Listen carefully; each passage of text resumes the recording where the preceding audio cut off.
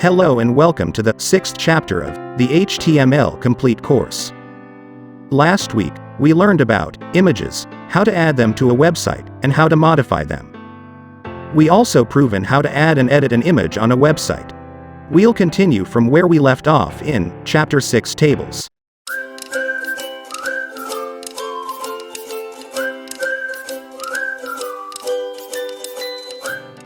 There are various types of information that must be displayed in a grid or table.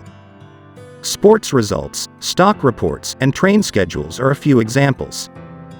When presenting information in a table, consider it in terms of a grid comprised of rows and columns, a bit like a spreadsheet.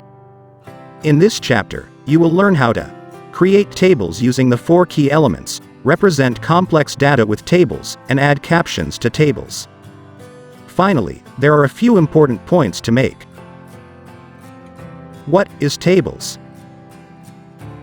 A table represents information in a grid format. Examples of tables include financial reports, TV schedules, and sports results. Grids allow us to understand complex data by referencing information on 2 axes. Each block in the grid is referred to as a table cell. In HTML, a table is written out row by row. Basic table structure. The table element is used to create a table. The contents of the table are written out row by row. You indicate the start of each row using the opening tr tag. The tr stands for table row. It is followed by one or more td elements, one for each cell in that row. At the end of the row, you use a closing tr tag. Each cell of a table is represented using a td element. The td stands for table data. At the end of each cell, you use a closing td tag. Table heading. The th element is used just like the td element, but its purpose is to represent the heading for either a column or a row. The th stands for table heading. Even if a cell has no content, you should still use a td or th element to represent the presence of an empty cell, otherwise the table will not render correctly. The first cell in the first row of this example shows an empty cell. Using th elements for headings helps people who use screen readers, improves the ability for search engines to index your pages, and also enables you to control the appearance of tables better when you start to use CSS.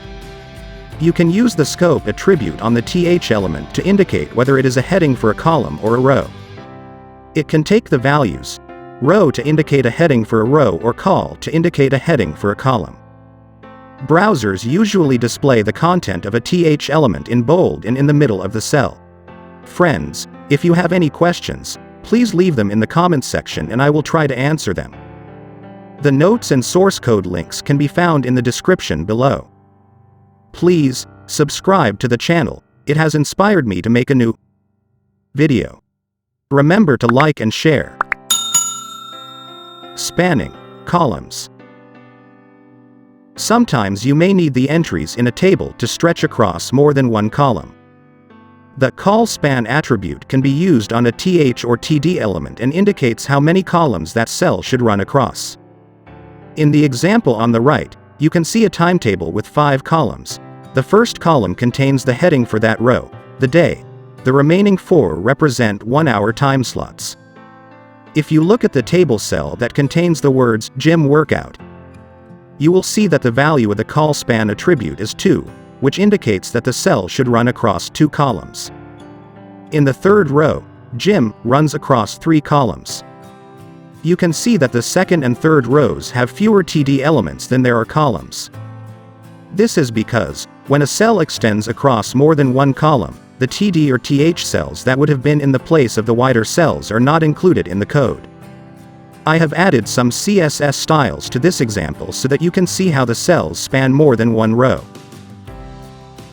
Spanning rows. You may also need entries in a table to stretch down across more than one row. The rowspan attribute can be used on a th or td element to indicate how many rows a cell should span down the table. In the example on the left, you can see that Sony HD is showing a serial from 7 p.m. to 9 p.m., whereas the SAB TV and ABP channels are both showing 2 programs during this time period, each of which lasts 1 hour. If you look at the last TR element, it only contains 3 elements even though there are 4 columns in the result below. This is because the movie in the TR element above it uses the rowspan attribute to stretch down and take over the cell below. I have added some CSS styles to this example so that you can see how the cells span more than 1 row. Long tables. There are 3 elements that help distinguish between the main content of the table and the first and last rows, which can contain different content.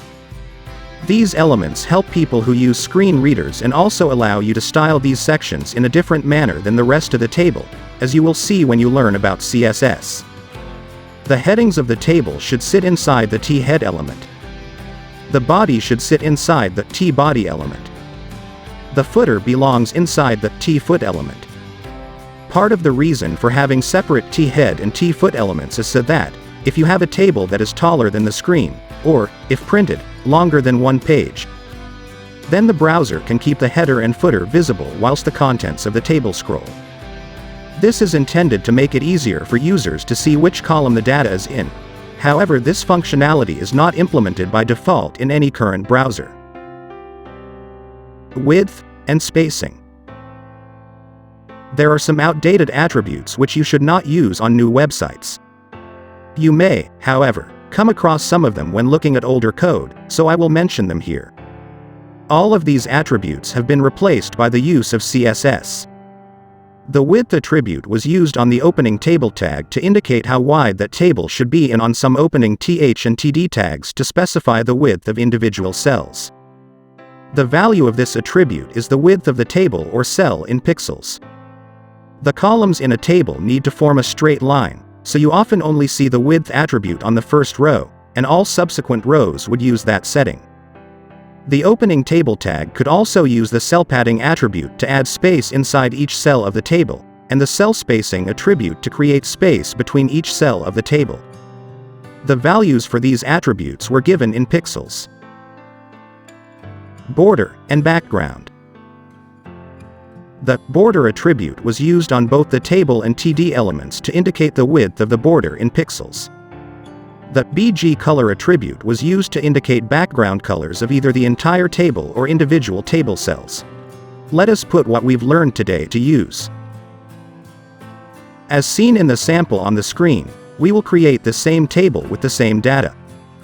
As a result, we can learn how to use various tags and attribute related tables. First, create an opening and closing HTML tag. Give this website a title now. We're doing this with the title element inside the head tag.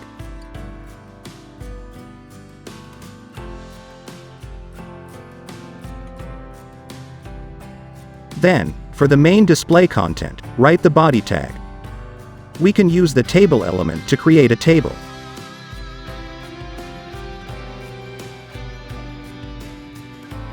On the left side, we are coding, and on the right side, we can see the output. As an example, the first row is used as the table heading. For that, create thead element.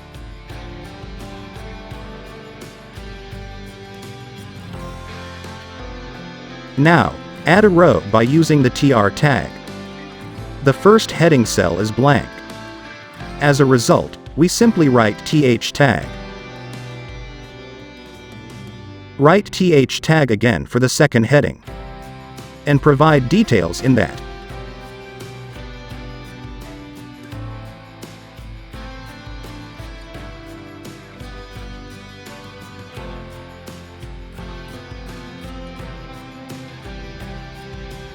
This is a column header. As a result, we use the scope attribute in the th element. And enter col as the value for the column. Set the yellow background color with the BG color attribute.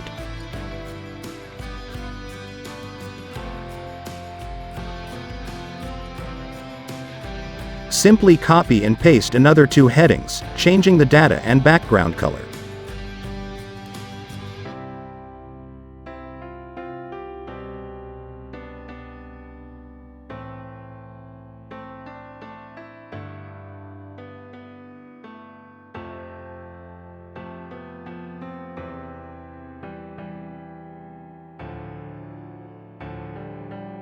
All column headings have now been completed. Let's now add a row heading and some data to that.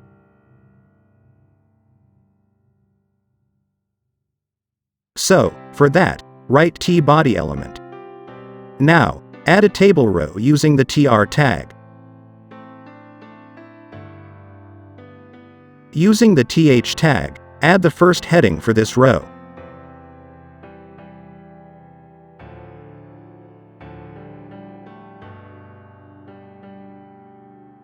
This header is for a specific row, so use the scope attribute within the th element and set the value to row. Using the td element, we can now add all of the data for that 3 column.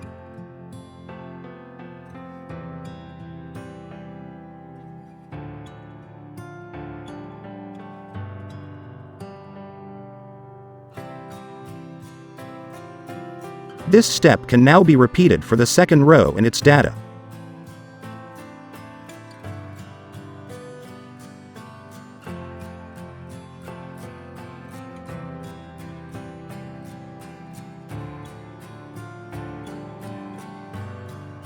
And then repeat the process for the rest of the table.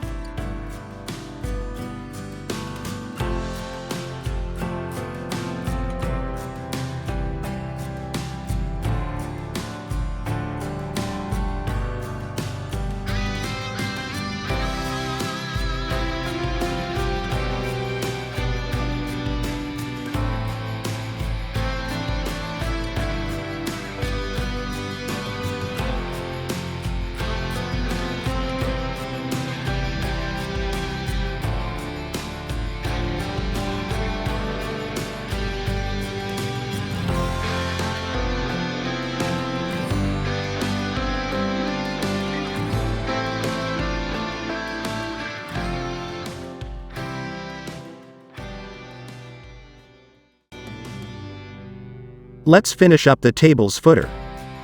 We can use the tfoot element for this.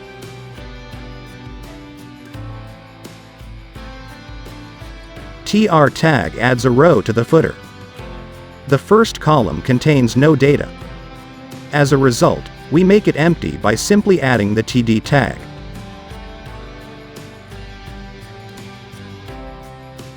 Now, rewrite the td tag and include a description.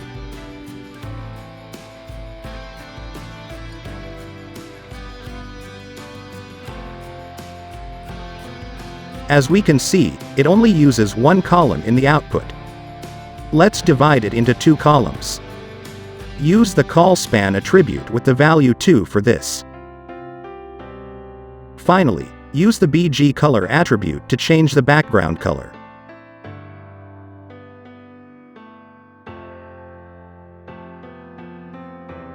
Now, we've forgotten to include a background color for the table's body. Let's do it.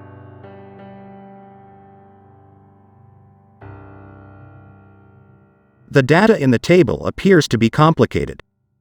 So, let's make it more appealing by adding a border and space between the cells. Navigate to the topmost table element. Create a border attribute with the value 2.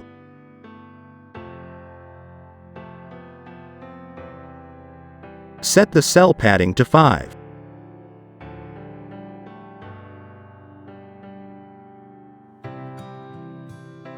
Finally, leave some space between cells.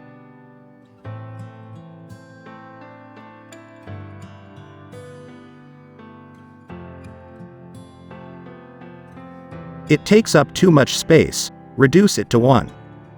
Now the table looks perfect with all of the data as shown in the example. So, using this practice set, I cleared all concepts of tables.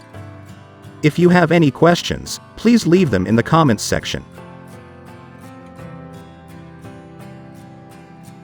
It is now time to review the summary. Tables are added to a web page using the table element. A table is constructed row by row. The tr element is used to create each row. The td element represents a number of cells within each row, or th if it is a header. Using the rowspan and colspan attributes, you can make table cells span more than one row or column. Long tables can be divided into a thead, tbody, and tfoot. That concludes Chapter 6 Tables. I'll see you in Chapter 7 Forms.